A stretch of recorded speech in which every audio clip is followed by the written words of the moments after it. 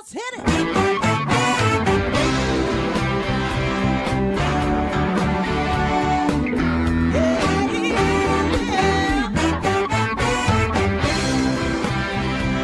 Hi, everyone, and welcome to Alzheimer Speaks Radio. I'm your host, Lori LeBay, and I'm so excited that you're joining us today.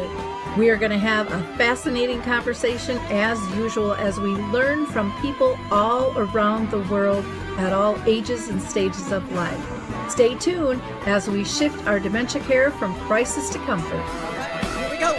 What you think about, you will bring about.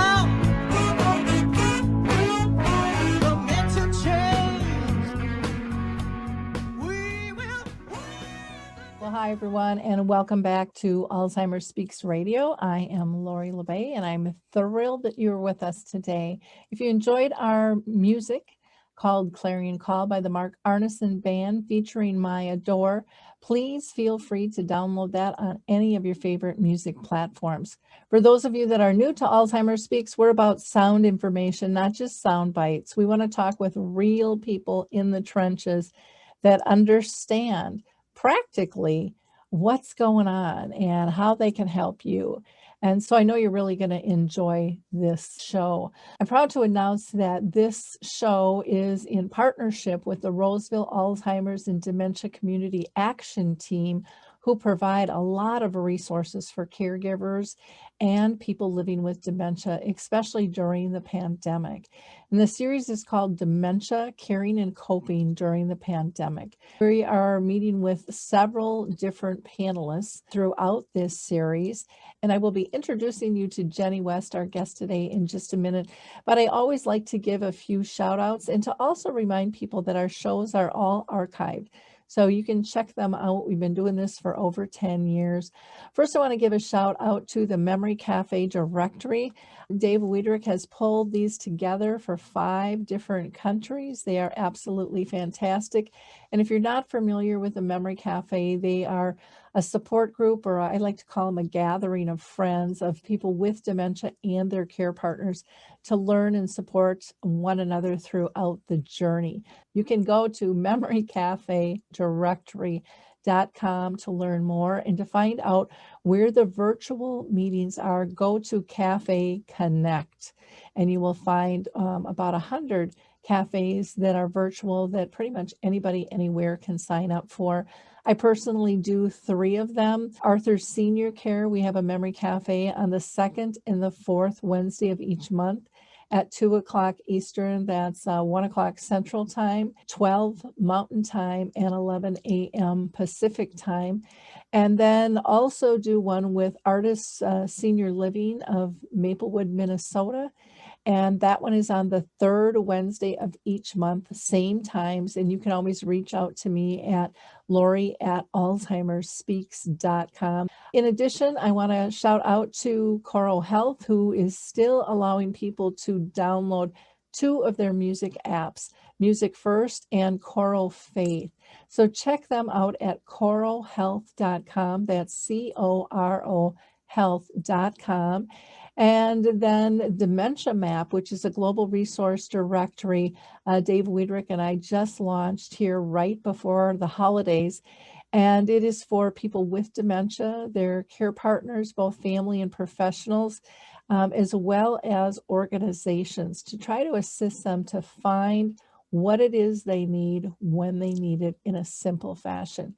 It also helps raise profiles of businesses that are listed in there, but we have both free and paid listings because we don't want money to be an obstacle when people are searching for resources. We want them to be able to find everybody easily and go to them directly. Last, let's go ahead and hear from the Footbar Walker, and we'll be right back.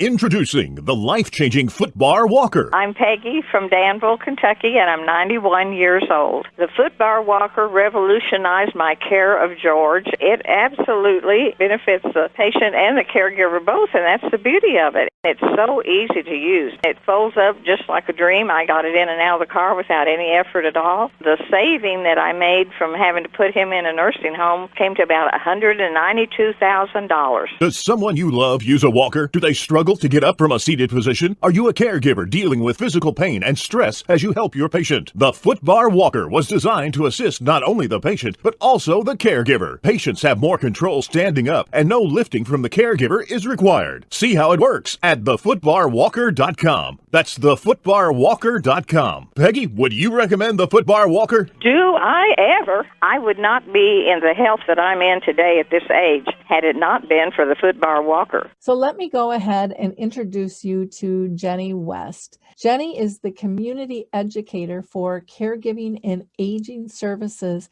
at FamilyMeans, which is in Stillwater, Minnesota.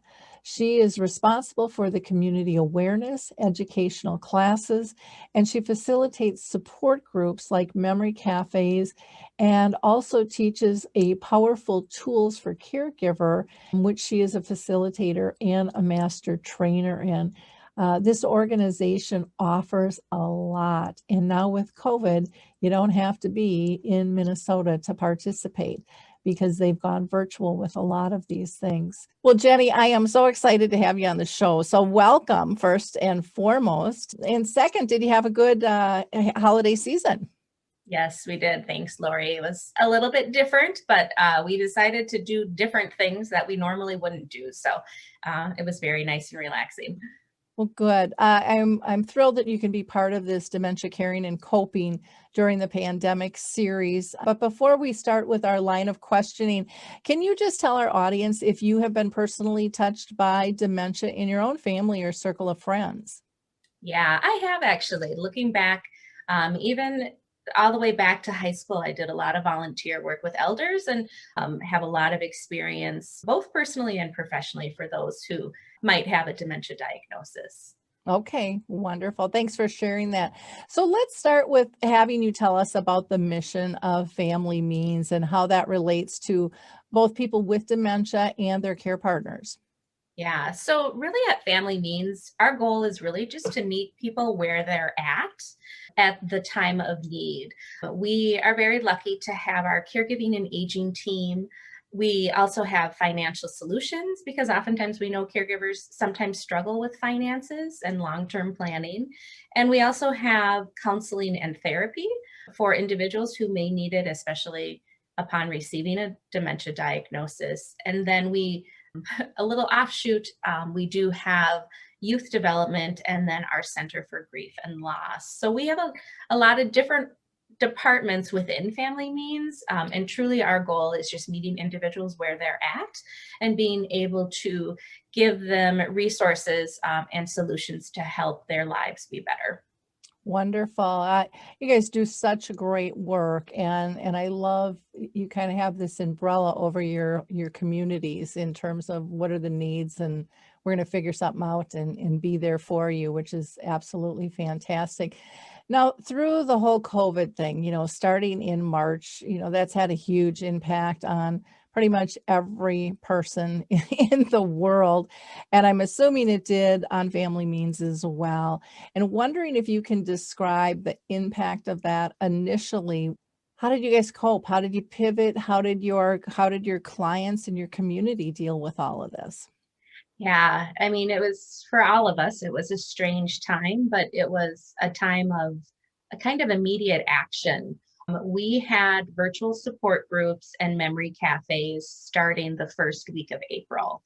We were able to meet as a team before we left the office permanently or for this time. And we really sat down for a couple of days and just divvied out responsibilities and what we could do. So we initially, started our virtual platform, right in the beginning of April, but really our main focus was just reaching out to the clients, oftentimes mostly by telephone, and asking what their needs were, especially whether or not they were connected and had resources and equipment to connect virtually. And then kind of kept two lists remaining or still going on of who has access to what, so we know that we can still reach them appropriately. Wonderful. That is a really quick action. I have talked with so many people around the world, and to be honest, I've been disappointed with how many organizations didn't step up, sat back and thought, well, this will pass. And then we'll just come back in. And, some I'm just seeing in the last month stepping up. I mean, they Sure. really waited. And so that's fantastic that you guys took immediate action. Over this period of time, or I should ask first, were you doing any virtual stuff with clients prior to COVID? That might have made it a little easier pivot for you, or was this kind of all new? This was all brand new, especially just having everything done virtually. So, the staff also had a huge learning curve. And, looking back at it, I think those first few, months, probably the first 2 months, we were kind of also teaching individuals how to use the equipment, making sure that they can get on appropriately and they understand how to mute and unmute themselves. So, there's that learning curve. But now we're finding access and ideas that even going forward, we know that we'll keep because it really works for some of our caregivers, whether they travel a distance, just timing of groups. Some people have really enjoyed having that opportunity where others also really look forward to being in person when it's safe to do so. Yeah, I found, I've always done a lot of stuff virtually through Zoom and stuff, but what I found with my people with dementia primarily was they sat back and kind of smiled and said, oh, now the rest of the world's going to know what it's like to feel like you have dementia when everyone, kind of pushes back and you can't connect, because so many of them lost their friends and families felt that impact as well. And so many of them said, well, we can teach people how to do this. I mean, if we Yeah. can do this as people with dementia. And so a lot of them took a lot of pride in helping and getting people to understand these are real, valid relationships and connections you're making. And I also saw, and I don't know if you saw this, but people going, they were so excited that they could do this because there was such great fear around it. It kind of reminds me when I was younger and computers came about and you were scared to touch anything because what if you broke it, type thing. And now we just know to do the undo or reboot it and life will be fine and stuff. But they, people literally would squeal and go, we can have our prayer group. We can, our knitting group can still get together and chat. Our book club, all these different things that they had lost. They were seeing, oh, I can use this technology to reconnect it, family, friends, whatever it might be. And to me, that was so cool. Yeah, we even found, especially our groups for supporting individuals with memory loss. I mean, those were our strongest groups at the very beginning and said, no, we want this. We want to still make this happen. And what we were seeing too is individuals supporting one another. Oh, I just had a Google Meet with my doctor. Oh, really? How did you do that? And so then they would learn from one another and support one another. And so, like you said, kind of getting over that fear of how to use technology and then using it to their advantage and remaining connected with the people that they want to. Yeah, the shared learning and the vulnerability on everybody's part, knowing what it feels like is really cool because they just feel so safe and it just evens the playing field out for all of us. And well, even with us today, I'm like, I don't know if I'm going to be flashing on the screen or if it's going to be a solid connection. I mean, learning that a lot of these things aren't in our control, just kind of like with dementia. Some things you can maneuver and other things you just have to learn how to adapt to. So wonderful. Again, kudos to you guys. Have you, from the beginning to now, what would you say has changed in terms of your mode of madness to stay connected and provide services? A lot of it is, it's kind of exciting because it challenges us all to do things different. And it has changed our idea of what that different might be. We are still making our, weekly and biweekly telephone calls because that seems to work out really well on an individual basis. And along with our weekly, support groups and our group respite, what we found too is even though we have to stay distant, we can still be connected. We actually partnered with the Washington County Libraries and got our own FamilyMeans library card. And now we're checking out the memory minder kits that are available actually at all libraries. And we're literally driving them to individuals' homes and rotating them every 2 weeks. We go to the door, we knock, we have our masks on, we don't go inside, we drop off the kit, we exchange another one. And so we still have that opportunity to connect and give a bag of activities for that couple to do for those 2 weeks until they get a new one. And then we were pretty excited, and I think many organizations have done this, but we were able to purchase some artificial companion cats and dogs and now give those out on loan to individuals, as well as we have a handful of iPads that we're able to loan out and educate people on how to use that so they can still be connected, especially during the upcoming winter months. Very cool. That really excites me that you guys have tapped into a way to get those memory minder kits out, because they are just such a great tool. It's been fun to see the different libraries pick up on that concept around the country, and know that it started here kind of in the Roseville Shoreview area. It's a very neat. They're so helpful. For those of you that don't know, there is something in there, activities piece for the person with dementia, sometimes their care partner. There's also kind of a resource piece, usually a music piece. I think they're still putting in kind of a list of books too that they have. So there's just lots of really good information, and all of them are a little bit different, and they've got them for different stages and different types. And I believe they were in the process. I don't know if they completed even putting one together for children to understand, a little bit more about dementia as well. So at this point, you're doing everything virtual, nothing's in person at all in terms of, other than maybe dropping stuff off? Correct. Yep. Everything remains virtual. In fact, about 3 months ago, we started our group respite that had been 4 hours long. We are now doing that virtually, and it's actually going quite well. The major modification that we did is we reduced it from 4 hours to 90 minutes, just because we also are all experiencing Zoom fatigue, but it is an opportunity for our group respite, our day out program, to reconnect with individuals, and that's working out really well. And even our volunteers are learning how to, play games online and interacting with others. So it's, like I said, we all have to start thinking outside of the box and looking at what are some possibilities, what can we do in order for people to know that we're still thinking of them, we're still supporting them, and staying connected during this time. Fantastic. What other types of services and activities are you providing? Can you go a little bit deeper into some of those? Sure. We are still doing our evidence-based powerful tools for caregivers series.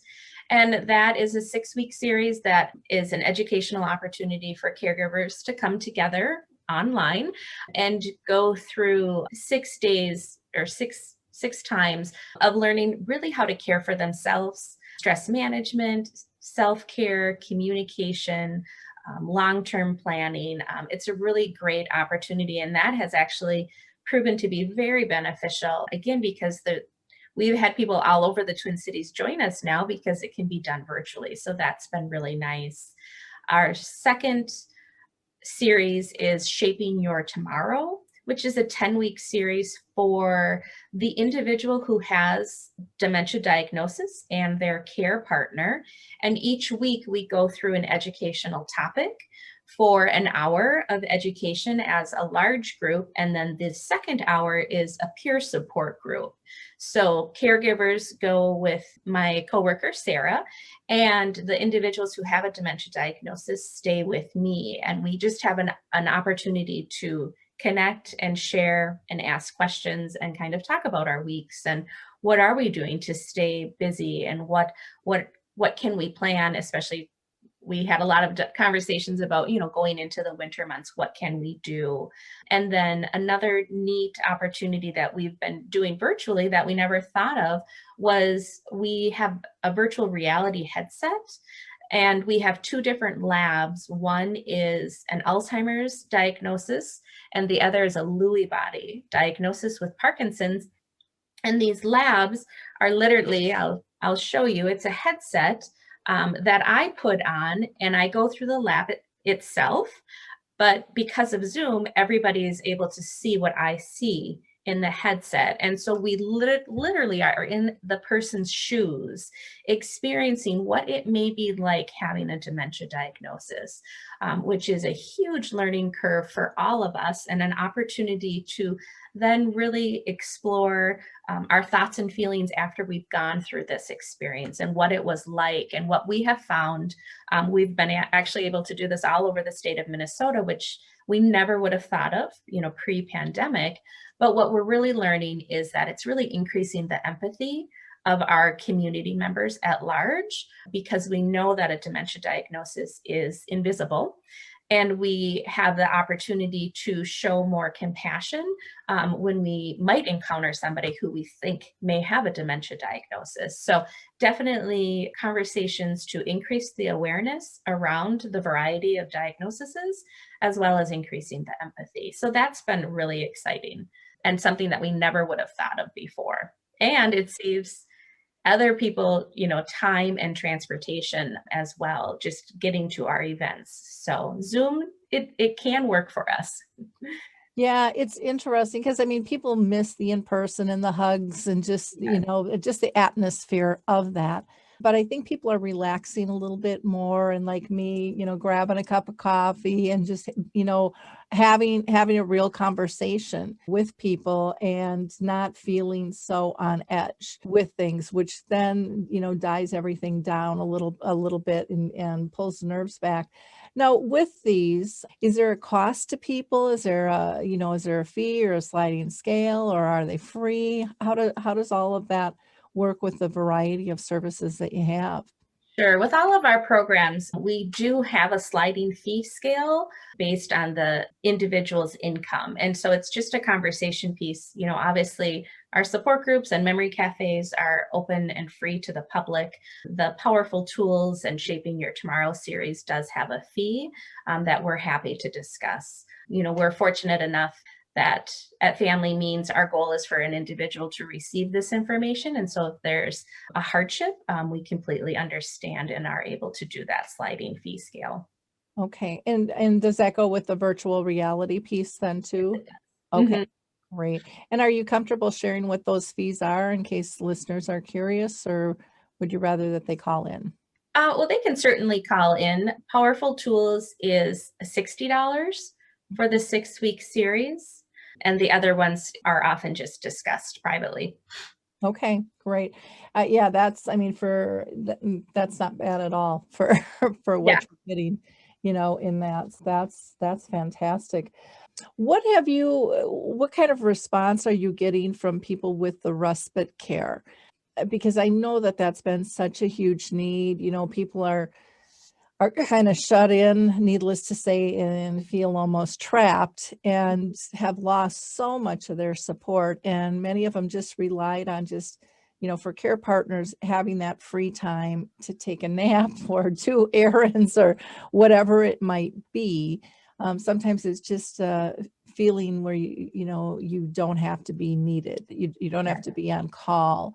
That getting rid of that kind of high alert thing. And then for the person with dementia too, I think so many times everyone's like, oh, it's for the care partner, but it's important for the person with dementia too, to be able to have those other connections, because I don't think there's anybody I've ever met that wants to be tied to somebody 24/7. We all like our individuality and taking our breaks as much as we love and care for somebody.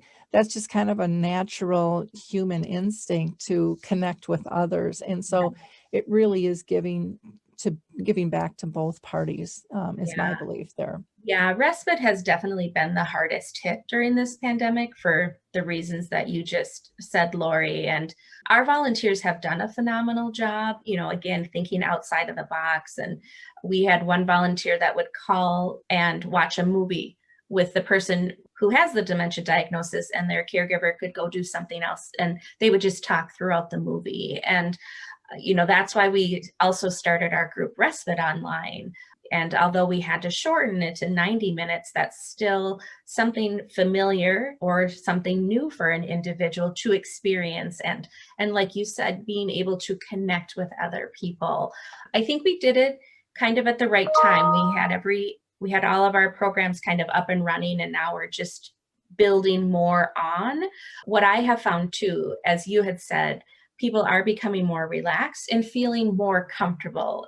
Unfortunately, it's becoming a new normal, but that's okay that this is becoming a new normal, because some people really like it, and they may feel more comfortable putting something in the chat room or chatting somebody privately than saying it out loud in a group. And so there can be a sense of security here as well using virtual platforms, but understanding that there definitely needs to be that balance. And people it's more difficult to read body language over Zoom.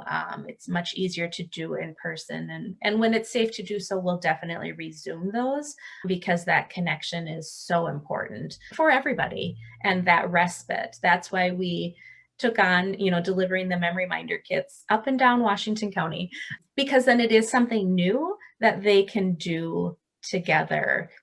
We did a survey a month ago and really asked our clients, what is going well? We know that there are a lot of challenges, and we'll talk about those challenges, but we also want to hear from you what is going well.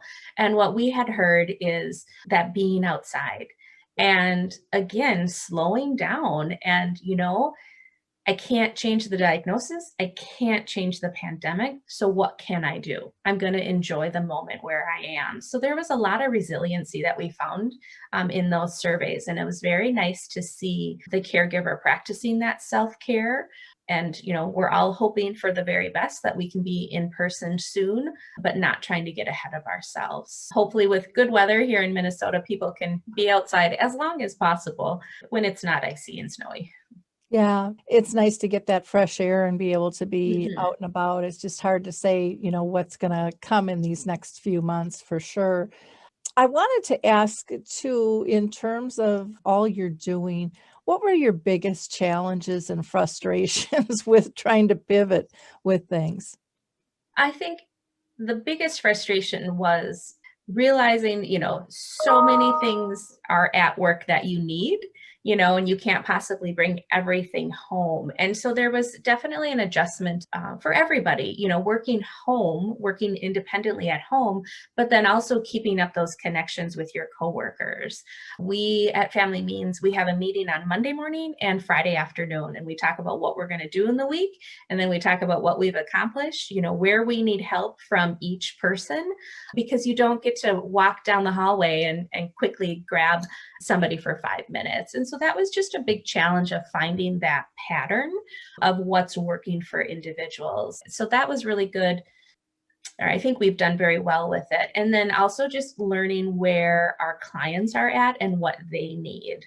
Like I said, some people love having this virtual opportunity. Some people are like, no, I don't want to do anything until we can go back in person. And so kind of keeping a list of, who is doing things online, who do we need to call? We have volunteers that are we're sending cards out to our clients just to make sure that people know that they are still being thought of and still connecting with one another. And so that push on learning something new, because that's sometimes not comfortable for all of us, but kind of pushing through that uncomfortableness and becoming comfortable using virtual opportunities and platforms. Yeah, I think that was a real important piece too. You were talking about staff connecting. Just the frustrations we're all going through in terms of being able to still bounce ideas off. And when when you see the need being so huge, sometimes it's easy just to dive into that and forget, kind of like a regular care partner, forget about taking care of yourself and your own needs and how do I ease this out. And it's important for me to still stay connected to my group too, and to be as functional as possible, because those shared ideas, and sometimes it's just support of, hey, you're not alone there. This is happening to me, and ideas of this is how I'm moving through that, really can make a big difference there. You had mentioned that in the future, you might keep some of this virtual reality stuff going on, which I think is really important too, because what I've heard from so many is they're reaching people they wouldn't have reached before because it was too difficult maybe to maneuver to come in, or they didn't know what their day was going to be like, or they didn't want to be that inconsistent person that we might make it this time and not make it another time. And because they felt an embarrassment that they couldn't get through everything in their day to show up. And so then all of a sudden the group almost feels more like a burden to them, because of they have this self-shame. And I know that that's not coming from your organization or really any organization, but it's just that thing of being part and wanting to be there and can't. And sometimes those frustrations can mount for people. So I'm glad to hear that, you think you'll be getting together as soon as you can, in a safe manner, but then also still doing the Zoom to allow people to participate that fashion. Have you thought of merging the two at all, or is that just too far out into the future where you do kind of a hybrid? So you have your in-person meeting and then those that can't make it join via Zoom? Yeah, we've actually had the opportunity during this time to reconfigure our desk room, our large community room, to allow that as an opportunity. So FamilyMeans has started thinking about what possibly could work in the future for everyone. I know our support groups for adult children, caregiving for, their parents or older relatives and raising their young families, that has actually grown quite large during this pandemic. And so it is an opportunity of reaching people that we may not have reached before, and looking and thinking outside of the box about what kind of possibilities could work going into the future. But we will definitely be keeping some of these virtual components too, because they are helpful for so many. Yep. Yeah, definitely. Now with you guys, are you working out of the office or are you working out of your homes? Yeah, for our staff, we are working out of our homes. Our financial solutions department, because of their computer systems and finances, they're not allowed to work from home because of that access that they need. And so we do have staff that are in the building, but we want to try to keep them as safe as possible. So since everybody has been set up, we are all working from home. If we need to go in, we certainly can, but we try to keep that at a minimum. Okay. Yeah, it's interesting how many companies are talking about maybe looking differently at how they even structure employees and the cost of the sticks and the bricks and all of those types of things. So it's going to be very interesting to see the impact on buildings as a whole and family structures. And I know people are looking at new homes that offer more of an office space inside. I was in a meeting last night and somebody said, "Oh, you're in a different location." And he's like, "Well, the location I've been in has been my teenage daughter's bedroom." And that's getting old for her, and we had to respect that. So I needed to find a new space. And so everyone is kind of grappling with that. What kind of advice would you share to those living with dementia and those that are caring for them, their family members right now, in terms of dealing with isolation and restrictions during this pandemic? I think the biggest thing is still, as we always tell individuals and share what we do at FamilyMeans, is that you're not alone. And sometimes that can really be difficult to hear when you're feeling so isolated, but that there are still support systems available. Many organizations are still up and running, but it does look differently.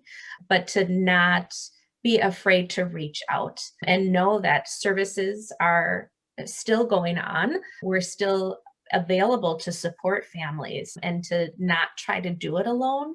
Again, all of our services are everybody's is different, but we're still here. We're still working. We're still open despite the challenges, and we're available to help and support you where you need it.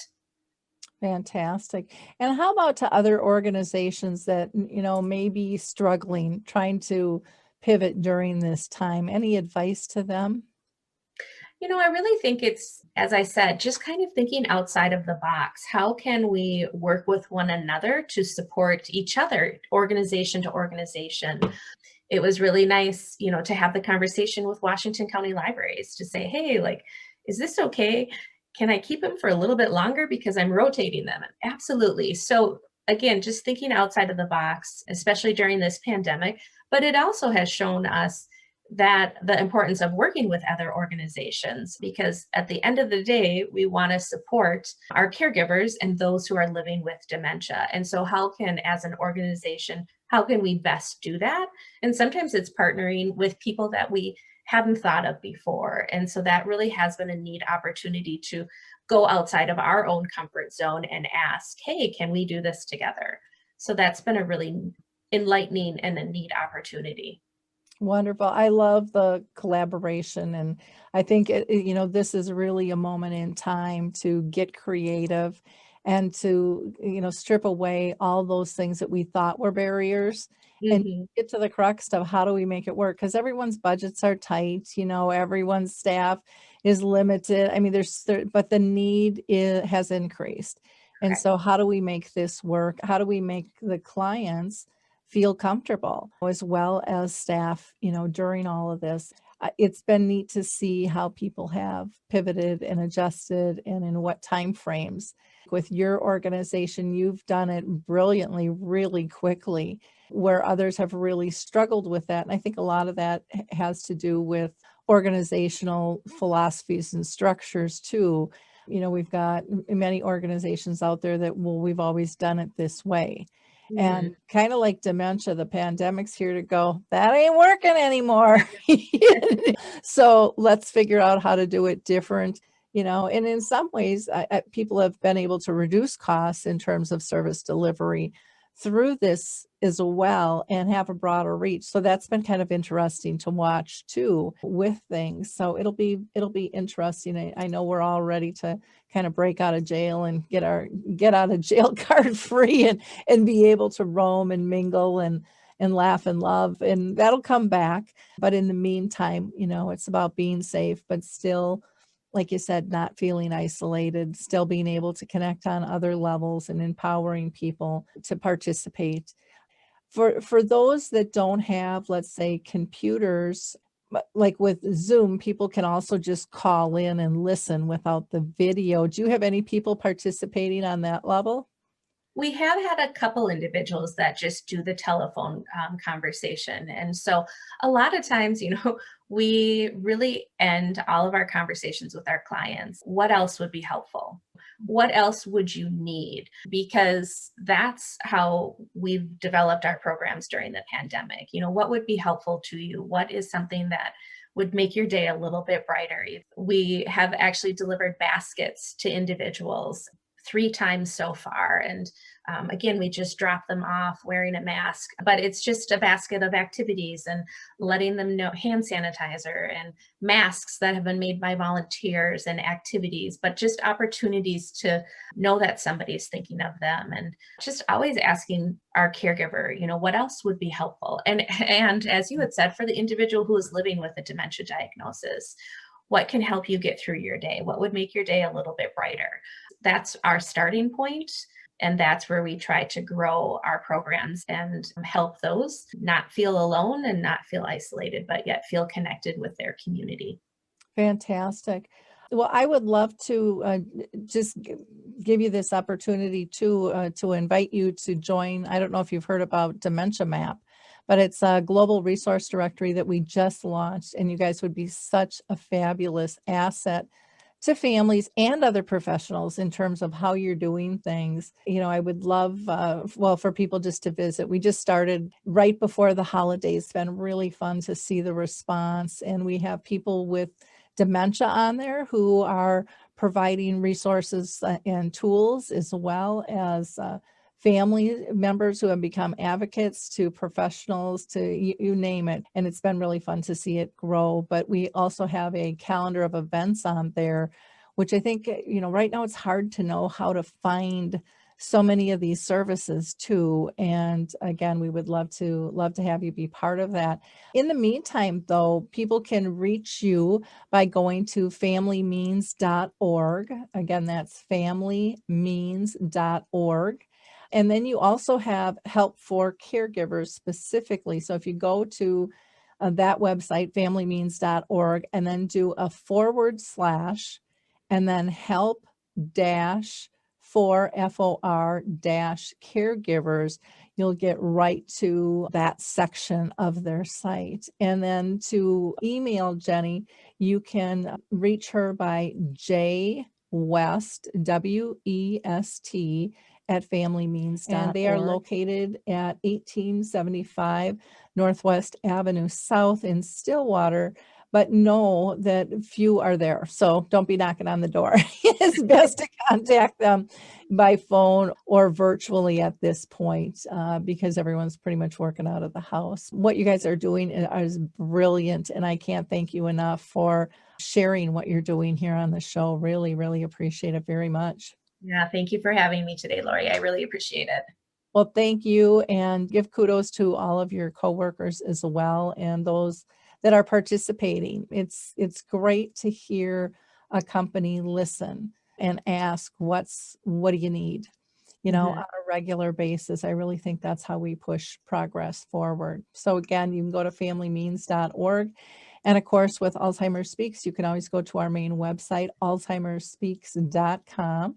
And Roseville AD, they are just a wonderful, wonderful resource, and we'll have their email and website listed because they do a lot of really cool things there as well. One of them being in partnership with this series that we're doing right now.